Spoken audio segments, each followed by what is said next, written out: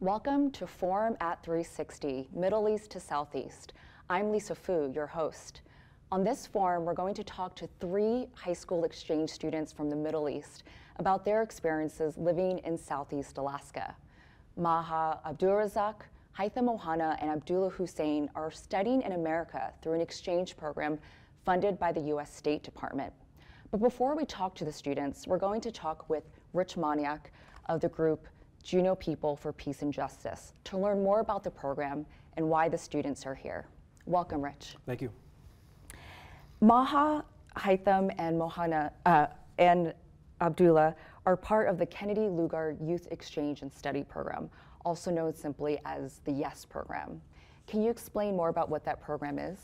Well, it's a program that Senator Kennedy and Lugar sponsored in 2002 in response to the terrorist attacks of 9/11. It's been in place now 12 years. The intent is to bring students from countries with significant Muslim populations to study in the United States, to exchange with our students things about their culture, their countries, their lives and values with our own, and with hopes of building bridges between the cultures and healing some of the problems that became evident after September 11th. How did the YES students start coming to Juneau and Southeast? Well, there'd been YES students in Southeast Alaska and in Alaska in general through the AFS program.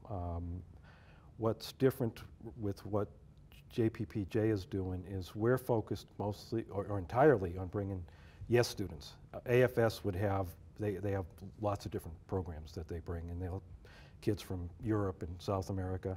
We're focused on Middle East students in the YES program. It's a big part of what fits, our peace and justice mission. We got involved in it after bringing paying for 2 students to come down from Anchorage. They did presentations to the high schools. They did a community presentation. We took them to the legislature. A use of the organization that sponsors our kids liked what we did, and they asked us to start the program here. Okay. The YES program isn't a typical exchange program. The students, when they're here, have certain roles and responsibilities. Can you explain the role that they play in the community? Well, again, it's different than kids from France or Spain. These kids are coming from a part of the world we're at odds with it largely right now.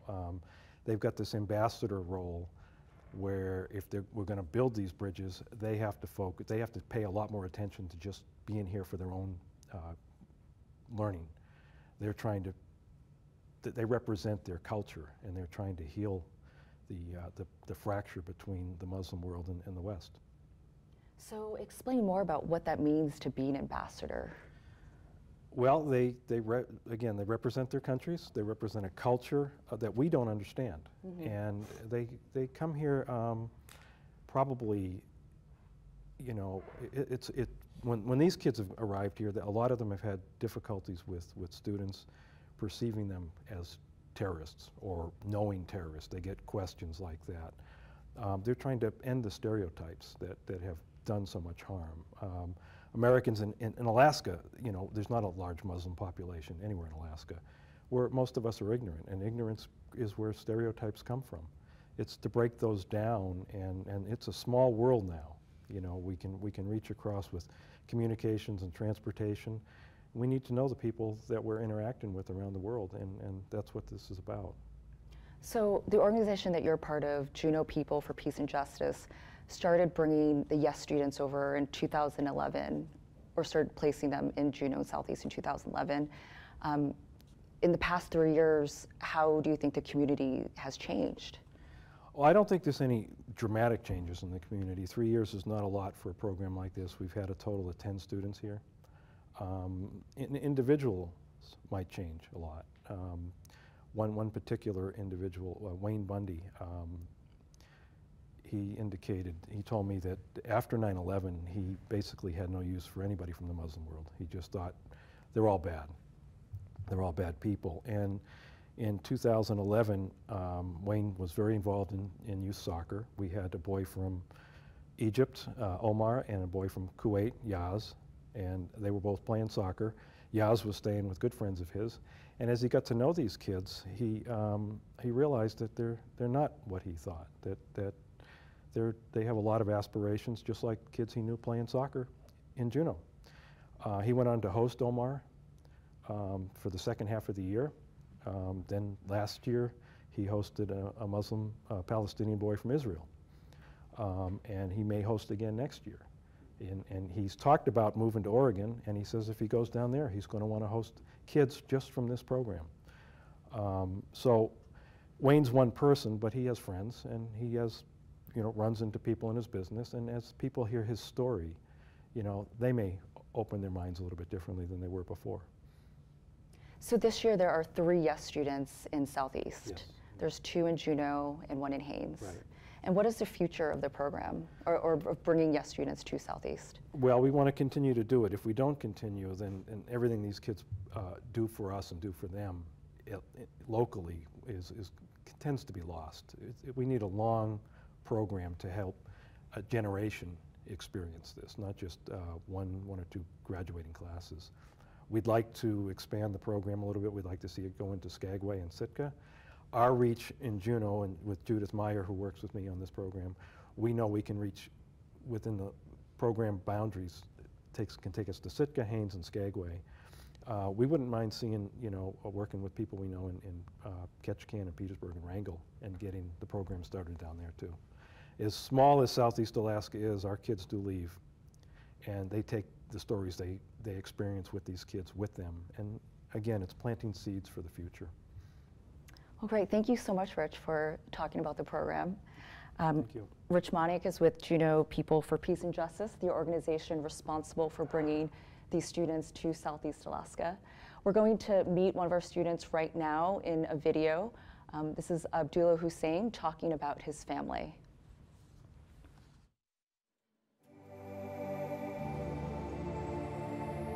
I'm Abdulla Husain, and I'm 16 years old. I'm from Bahrain in the Middle East.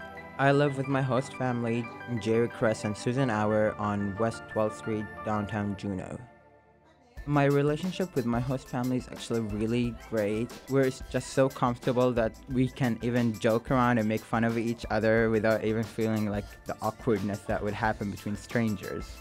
My host mom laughs about everything. Like, she had this loud laugh that starts with one laugh and then silence, and then she keeps on laughing, and that is just so funny. I tell them about my day, my problems, if I'm facing anything. Just like the beginning of the year, I faced an issue with my chemistry lab. I did something wrong and I got a full 0 in it. Then there was the teacher-parent conferences, and so my host dad, he just said he's gonna touch base about it and just discuss it with my chemistry teacher. Unfortunately, touching base turned into a little bit of raising his voice, and it felt awkward since he was at first yelling at my teacher, but it felt good because I felt like I was being treated like a part of his family, like I'm his son. I feel really lucky because I got my host parents. They're my second family.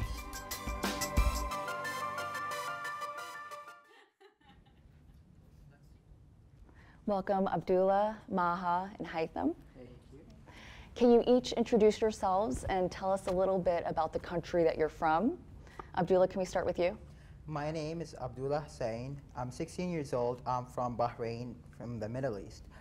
I go to Juneau Douglas High School, and Bahrain is actually really small compared to Juneau. It is just twice as big as Douglas Island.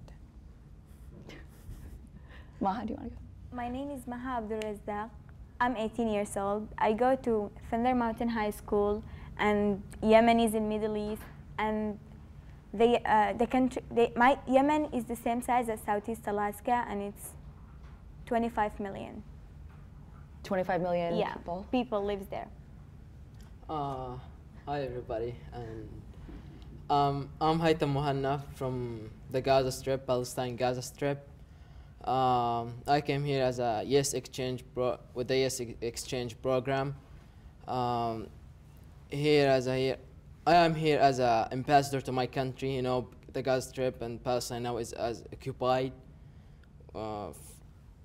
Israel, and I'm here to present my country and my culture and let you know more about myself and about my culture and traditions and change all the stereotypes that many people had. And I hope I will do a little bit at least of it. And yeah, thanks. Well, it's great having you guys on the show, so thank you.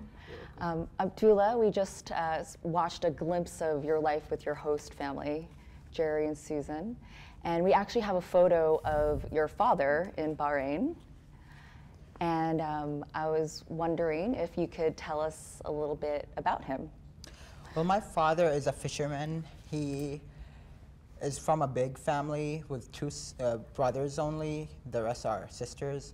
And so I've got four other siblings.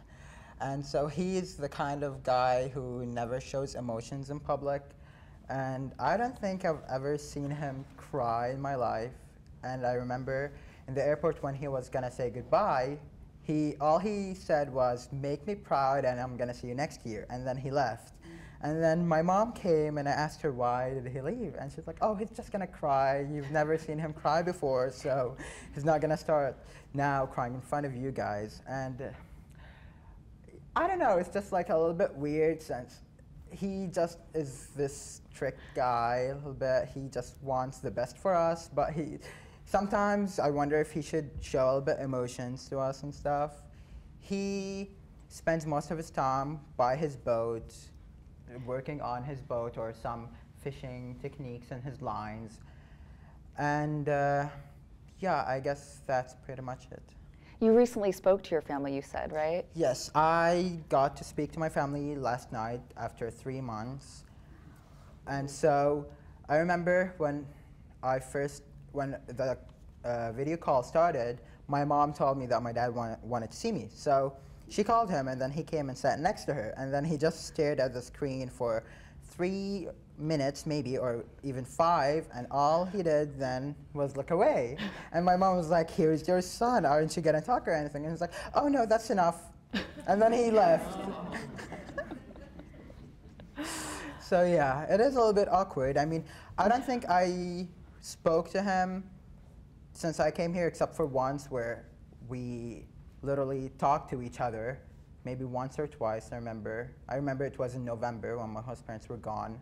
That was the only time. The rest of the time, he's just walking in the background, or he's just staring at the screen, or asking my sisters to ask me things over text and stuff.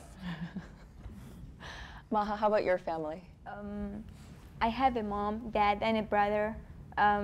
My father, okay, he worked in a lot of jobs. He used to be first teacher, and then he used to be in a soldier. I mean, in the army, but not a soldier. He was helping them. And his last job was as accountant, and now he's retired. And my mom, she's a housewife. She didn't finish her studying. And my brother, he finished college before 2 years, and now he got a job and he traveled far away from my family. Great. Yeah. And Haytham, how about your family?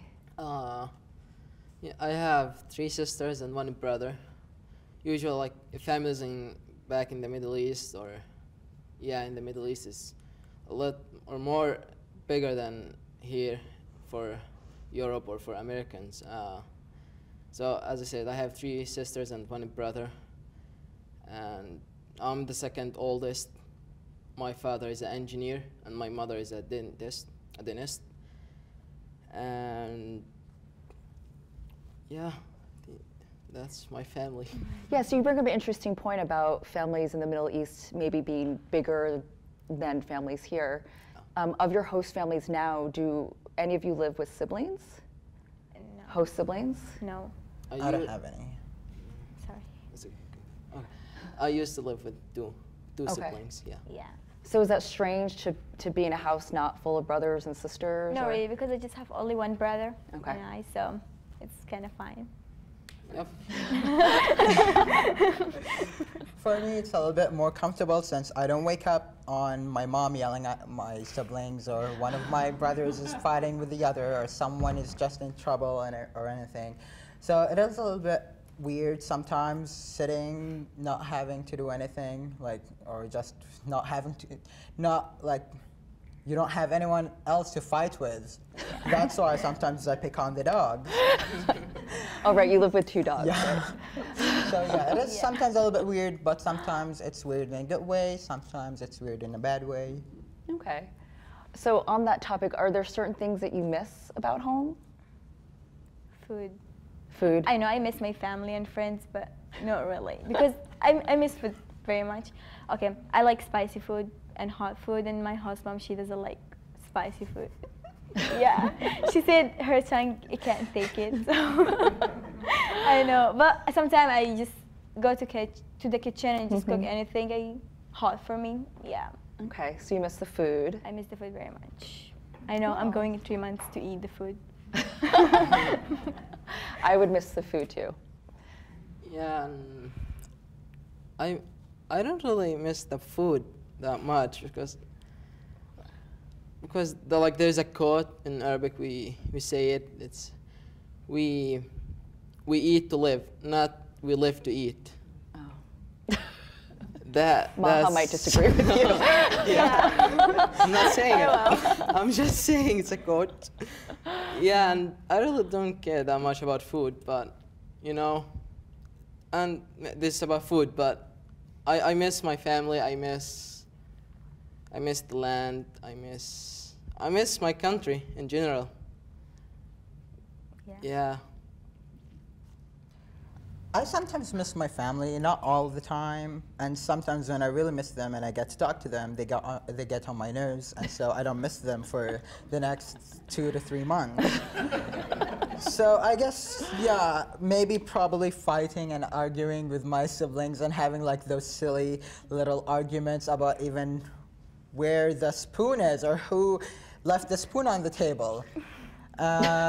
Even though it's cold in Juneau, I sometimes miss the feeling of air conditioners. It's just when you enter the house from that heat and you're all sweaty and stuff, you just feel like it's a fresh air, even though it's not fresh, but it just feels like your soul is going back into your body again. Yeah. Also, I miss my sisters, little ones, and as I said, I'm second oldest. My sister is in college right now, and I have 2 sisters and 1 brother.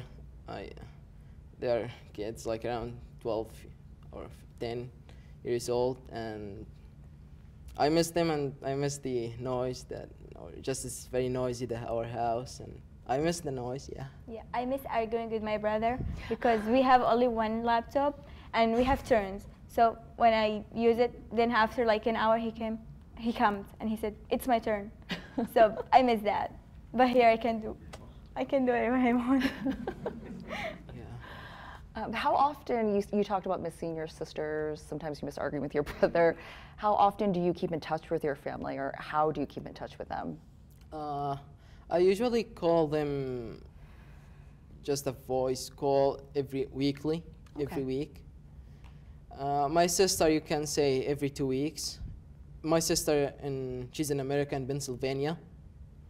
She also has an exchange program now she's in college, Gettysburg.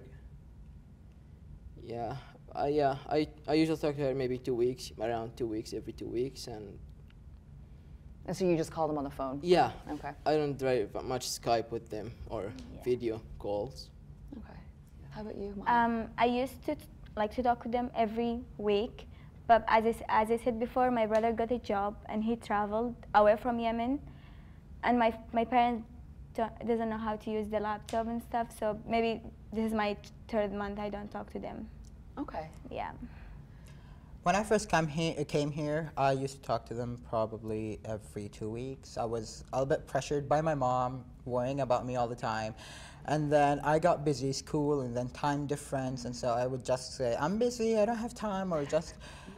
But I usually keep in touch over texting and stuff with my sister, and so if there's something urgent, she would tell me, and if there's nothing else, I wouldn't worry about it. But sometimes, even if they only want to talk, they call me like 3 in the morning on a school day. And so I have to wake up and then turn my phone off, and then when I wake up, I go, you just woke me up. When you do talk to your families, or when you read the news, you must hear about what's going on at home in your home countries. Do you let the events that are happening in your home countries or what's happening to your friends and family, does that affect your daily lives here? Well, for sure, like it's you were born there, you did like most of your life there, maybe 15 years old, 15 years you lived there. So it should, like, if something happened, it should like affect at least something in your daily life. And like back in Gaza, I usually like keep contact with the news and back in Gaza and Palestine with Facebook or with the news. So like every news I usually know about it, and yeah, it does affect. It does. And how do you deal with that? You should like just get out from that mood. Try to get out, like hang out or chill out, so you can get out really from that mood. But if you did not, you're gonna just get homesick or upset or yeah, no. Since I'm here, I had a couple things that were sad for me. First, my country had some issues like killing and bombing and stuff, but I think my country is now fine.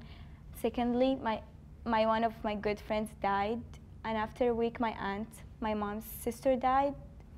So that was hard, but we have to go on. Life will go on. Yeah.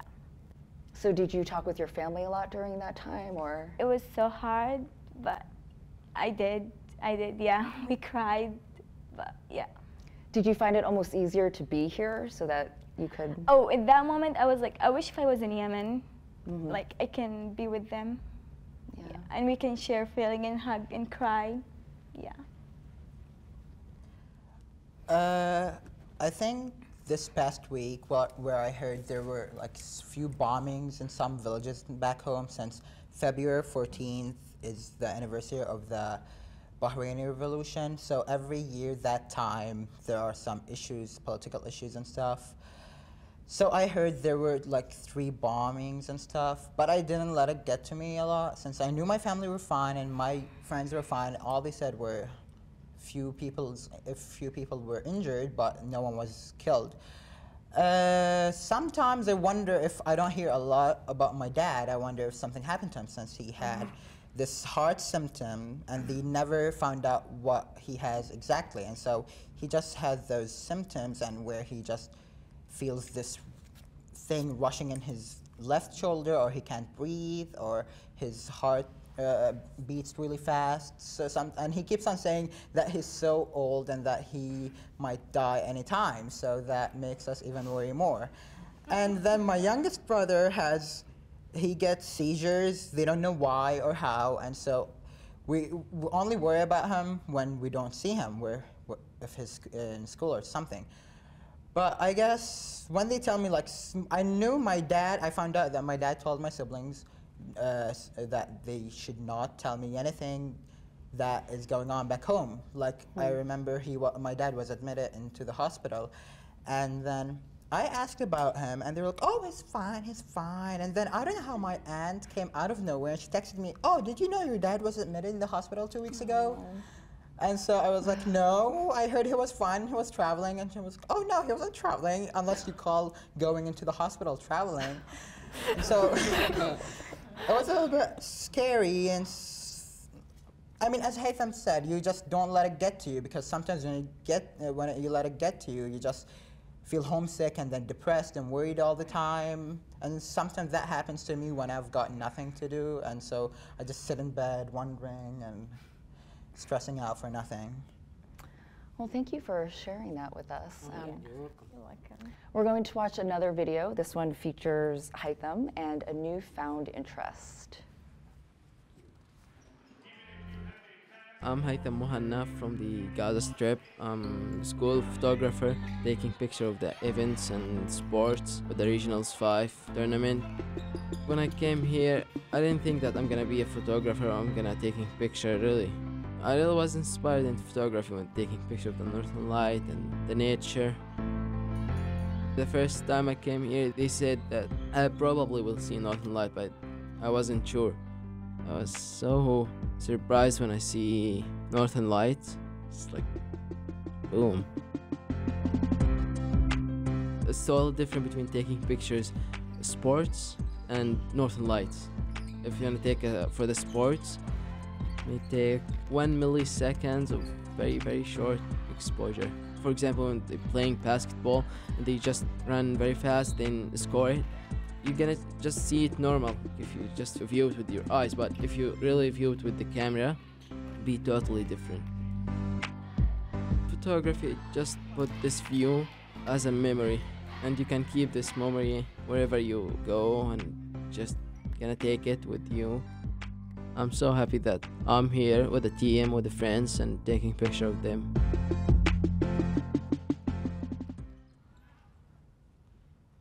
Haytham, those shots of the northern lights were great. Yeah, thanks. Can you talk about that first experience of seeing them? Where were you? What were you doing? I was with my first host family, and actually I was doing the math homework. I was in my room, and my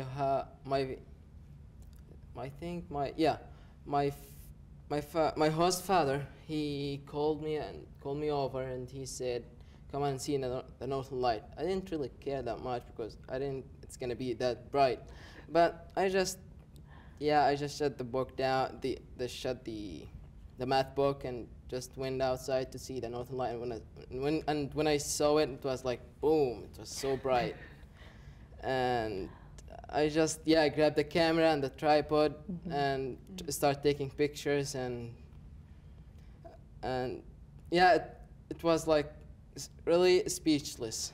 I couldn't describe it. It was so bright. First time I see really northern light. We didn't have northern light in Gaza or in Middle East, or like something in the sky, just green, red, like. Yeah, it was so fabulous. Have you guys seen them? No, sorry. I'm sad. I want to see it. I haven't seen them yet. I remember when I was in 8th grade, we studied about it, and I was so excited, and I was like, oh, I will see it in my dream. But now I'm here, but I haven't, so I wish I will in 2 months. But since being in Alaska in Juneau and Haines, you've experienced many classic Alaskan experiences, one of them being snow. I know in your home countries, there is no snow. So can one of you explain what is the climate like, and what was that like seeing snow for the first time?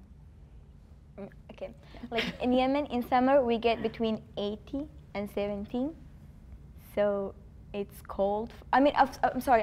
This is in winter. Sorry, I missed everything. In winter, we get between 80 and 17, and it's cold for us. And in summer, we get between 108, 110, and 120. It's really hot. But yeah, I have never seen snow since I'm here, so I'm so excited. So you consider between 70 and 80 cold? For us. Okay. Yeah. because we used to 100. Right. So 70 and 80, it's cold for us. And is that the same in Bahrain and Gaza Strip? Well, it's a little bit different, Gaza Strip. You know, it's a little bit colder maybe than Yemen. Of course. It's around, you can say, 70, 80. Okay. And when it's really hot, it's gonna around 100. But we usually use the air conditioners.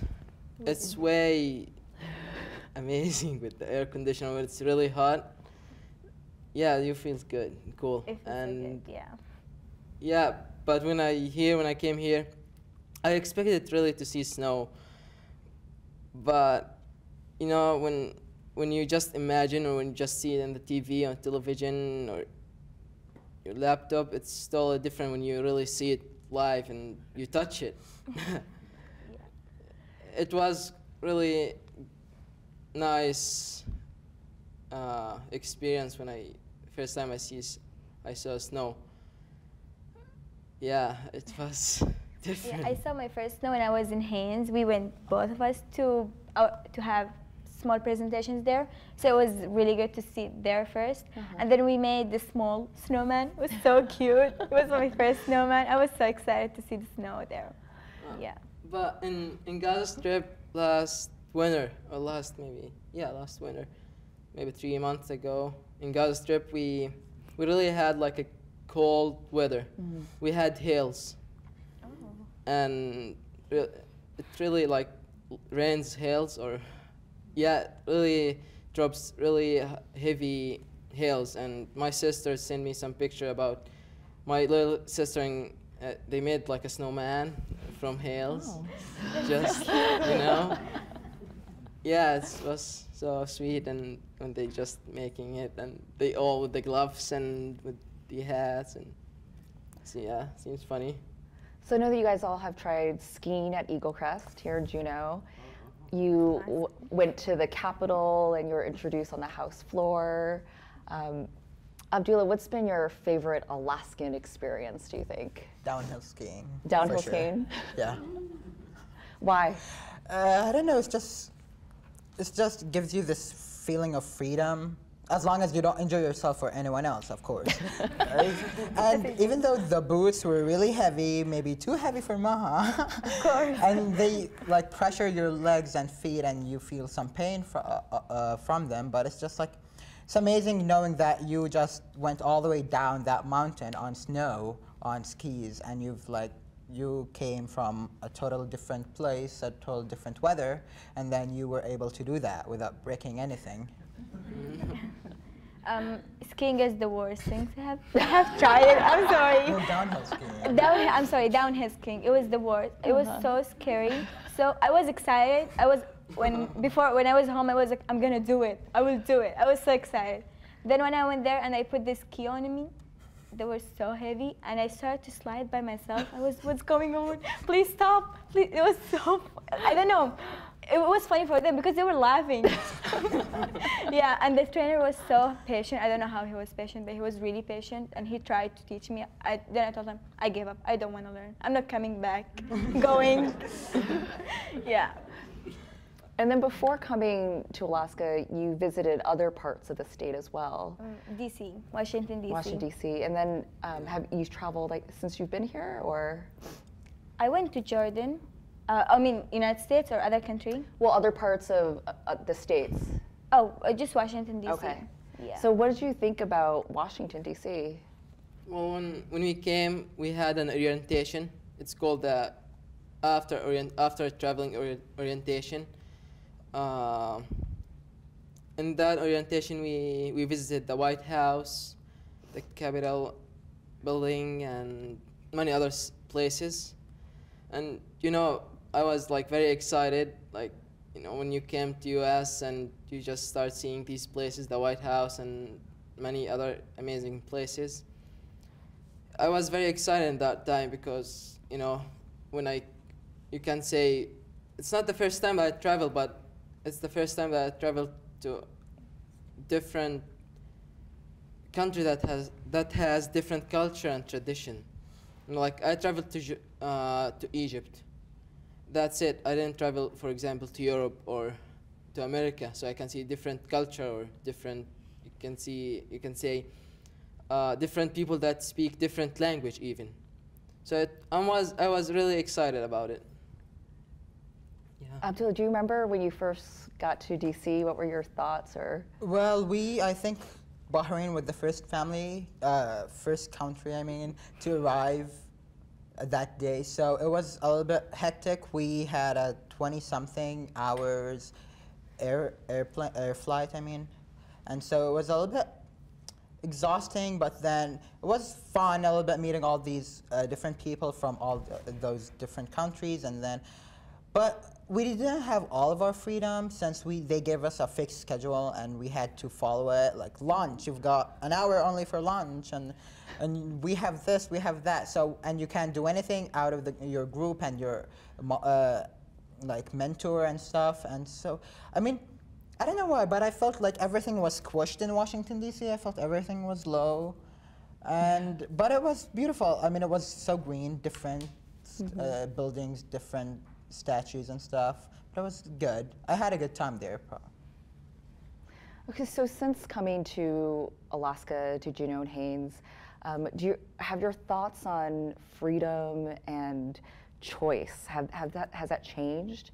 Do you think you have more freedoms or choices here than you do back in your home countries? Oh yeah, absolutely, for sure. Because, well, like in Gaza, I like literally lost my hope coming here because I was like almost prevented to come here.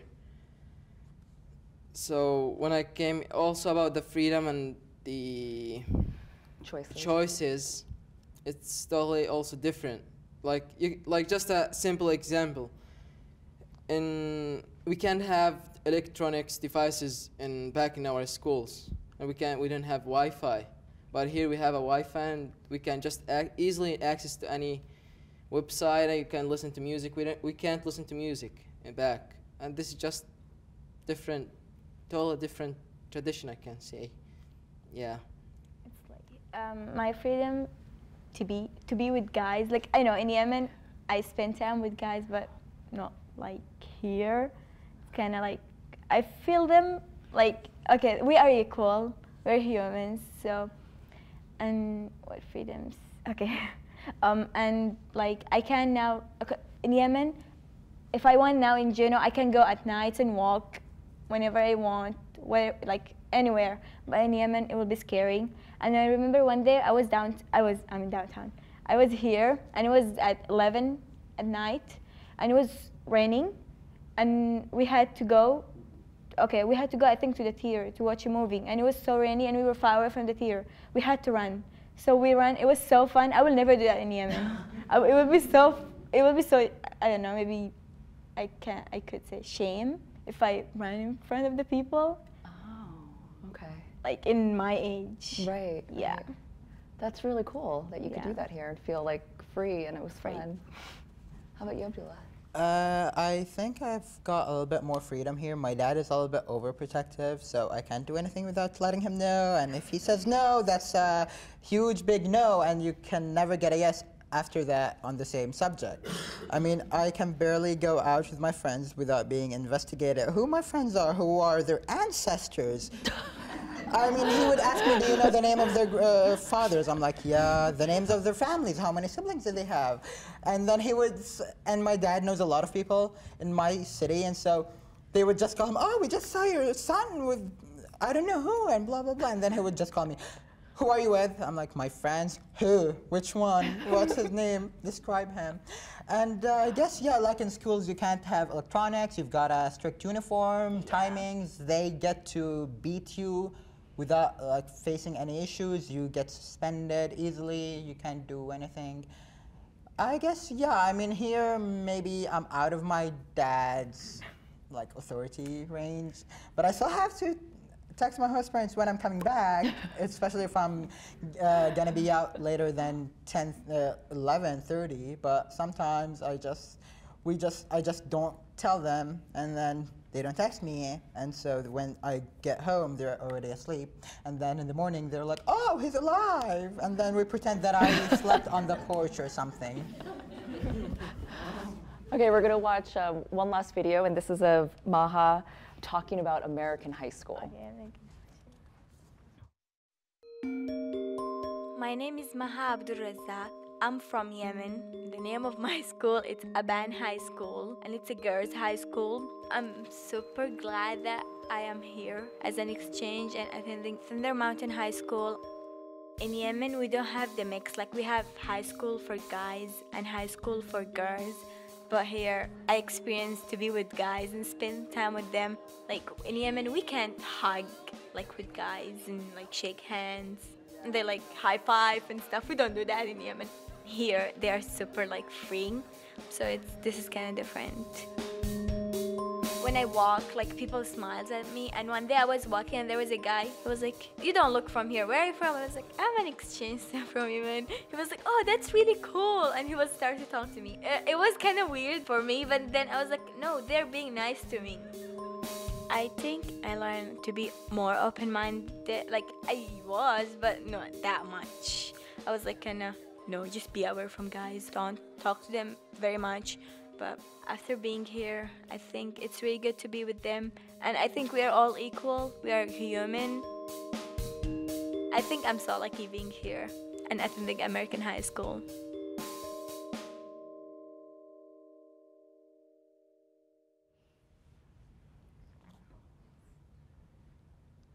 Maha, besides going to school with boys, I know school's different in Yemen in other ways as well. One of them being, and you mentioned this before, your wardrobe.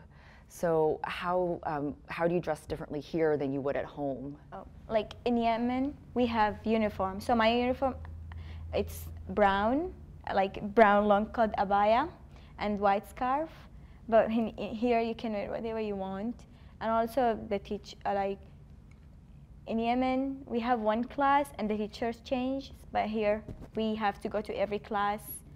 And here it's really fun. I have to choose any subject I want. And I already did. I chose all fun subjects except for English. It's really hard, but I have to take it. But in Yemen, I have mathematics, physics, and chemistry. They're so hard, and we have to take them.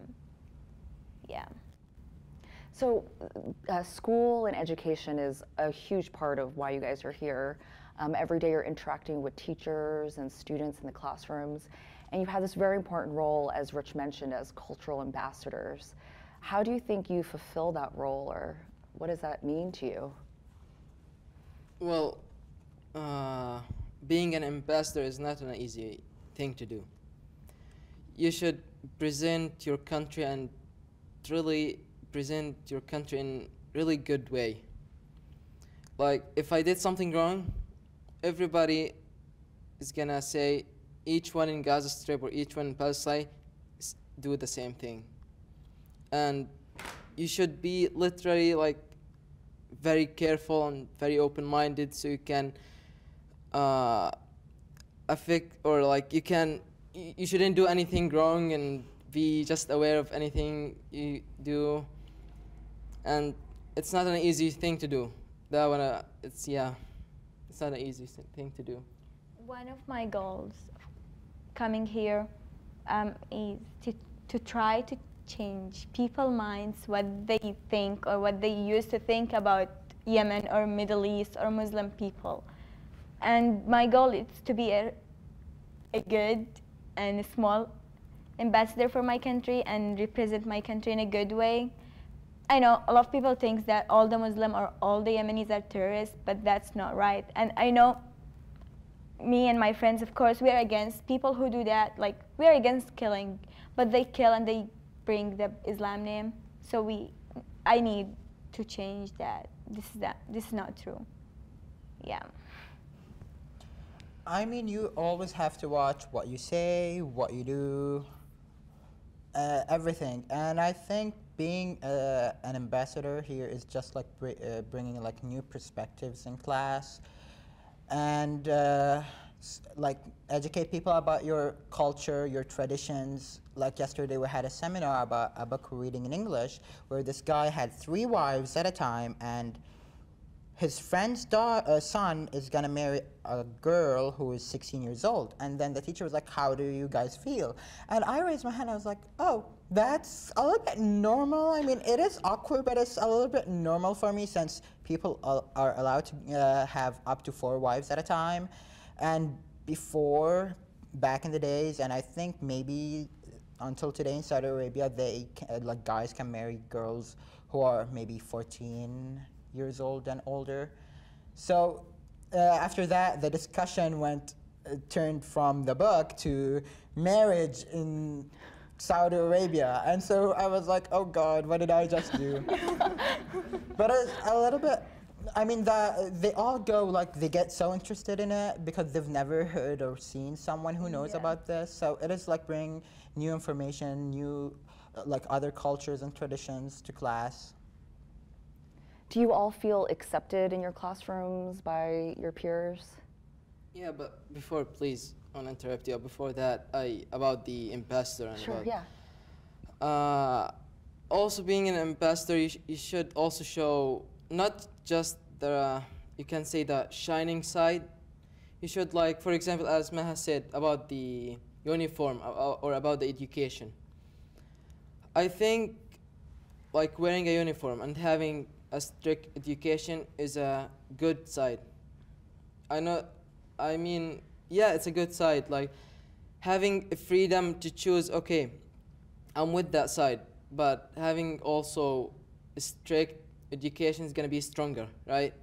So you wanna always be or showing the bright side and the other side, and with your explanation, you're gonna reflect a good point to the listener. That the thing that I wanna just mention. No, that's a good point. Yeah. Thanks. So yeah, do you all feel accepted in your classrooms by the other students in the school? I think yeah. We are very welcomed by our classmates and our principals. Because U.S. has many diversities in culture and tradition from, for example, Japan, many countries. So, and the kids, they are grown by many different diversity in culture and tradition. So I think they will accept it and they will not, refuse it or disagree. Okay. Yeah, my school students, they're so sweet and nice. And because, okay, I'm kind of different because I'm wearing the scarf, so they come to me and talk to me. What's that? And why you wear it and stuff. So I like talking to them, and yeah, and they're sweet. Yeah. So what do you tell them? Can you explain Oh, your scarf? when they ask me like, what's that?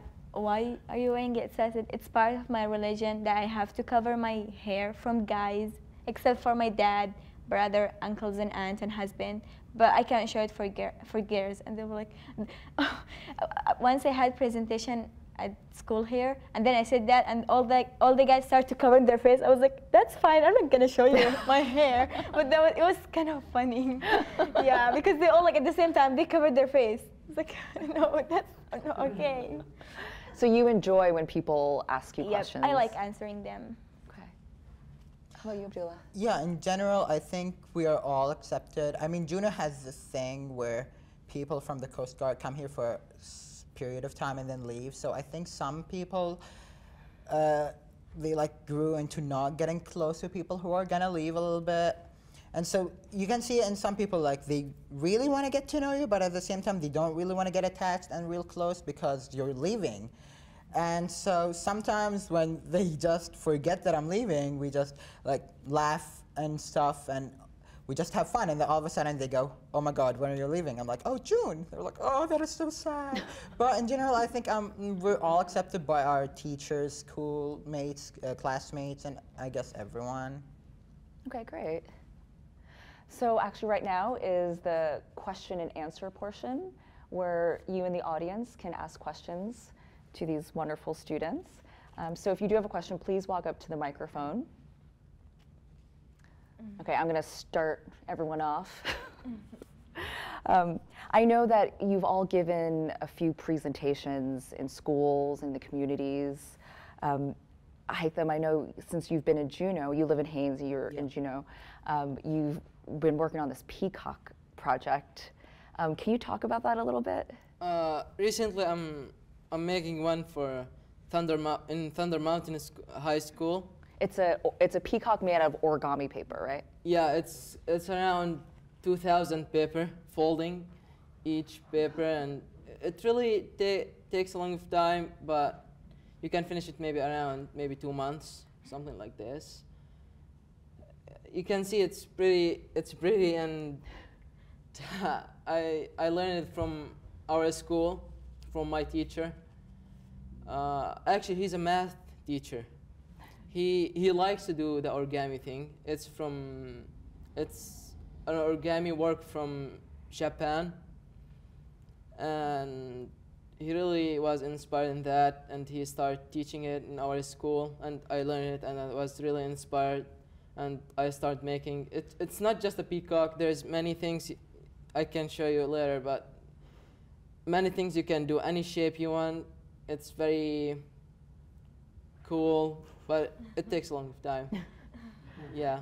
So when you give these presentations, what is your goal when you're doing that? changed the stereotype. You can say that maybe the first thing that changed the stereotype. So, okay, so what are the stereotypes that you find? There are many stereotypes. Like, you can first of all, that Arab is a terrorist. Arab is not educated. Arab is, you can, like, there's, I really literally heard many things about it, and I want to really change these stereotypes. Yeah, this is the stereotypes, to let the people like know more about my country, about the Middle East, about our culture and tradition, and because really many people like know more about other culture and traditions, and I'm from the people that really want to know more about American. Even I'm just here for a year, but I'm sure that I didn't get everything about American. Yeah, this fact. But yeah, let the people know more about it and change the stereotype. Yeah, maybe this is the important things or the important ideas that. Just to exchange my life with them and my culture, and tell them about a little bit about my country. Yeah.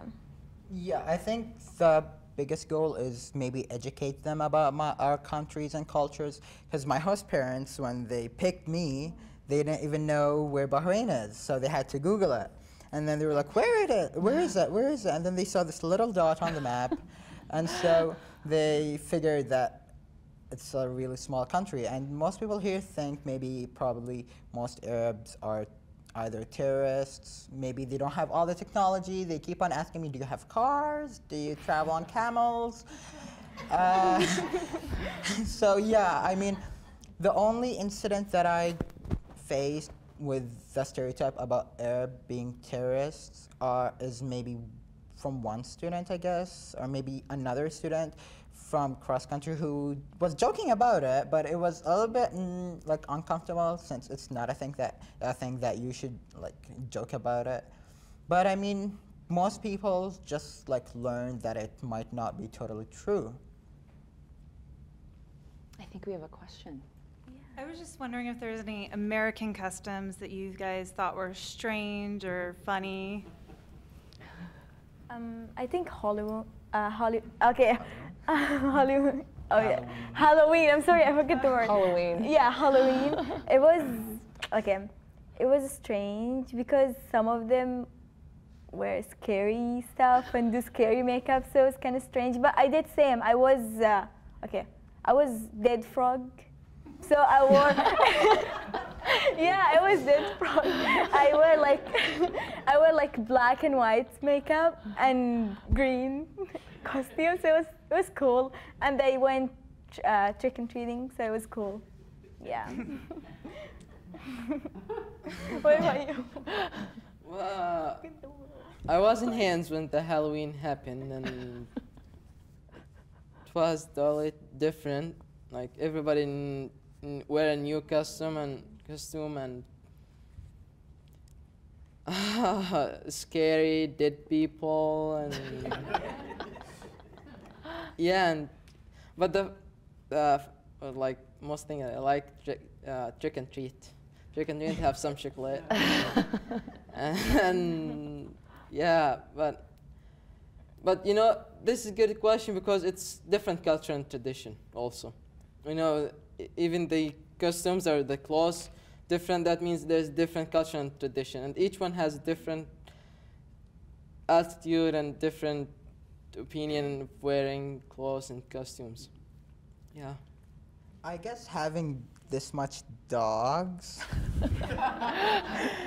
like back home, they used to have a lot of dogs, but then they like started not to have dogs, and they would only have dogs for security and stuff, and they would not allow them to come into the house. And so when I came here, my host parents have 2 dogs, and then I wasn't really comfortable around them, those two dogs, but now they're just like my two best friends.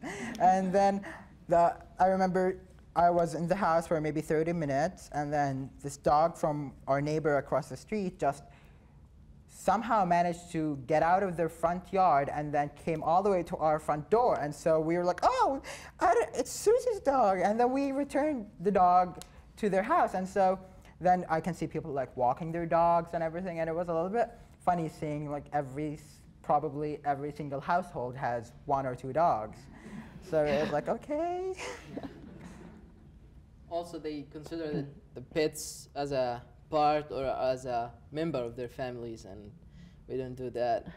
Though we have, like, we used to have, I think 6 cats in our house.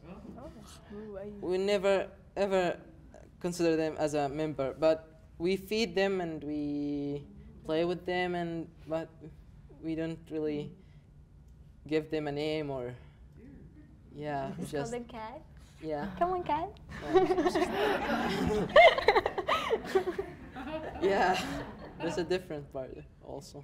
I mean, those two, Gustavus and Jose, are just so cute. And as I mentioned earlier, maybe what I like miss about having siblings is the noise that I wake up on.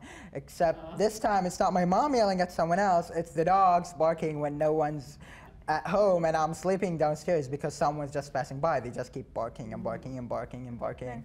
And one of them is night blind, so he just stands in the middle of the dark kitchen and starts barking.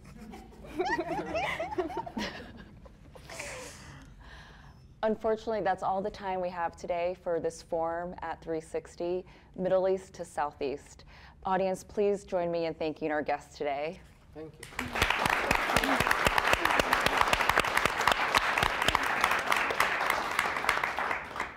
Thank you, Rich Moniak, Abdulla Husain, Maha Abdulrazzaq, and Haytham Mohanna.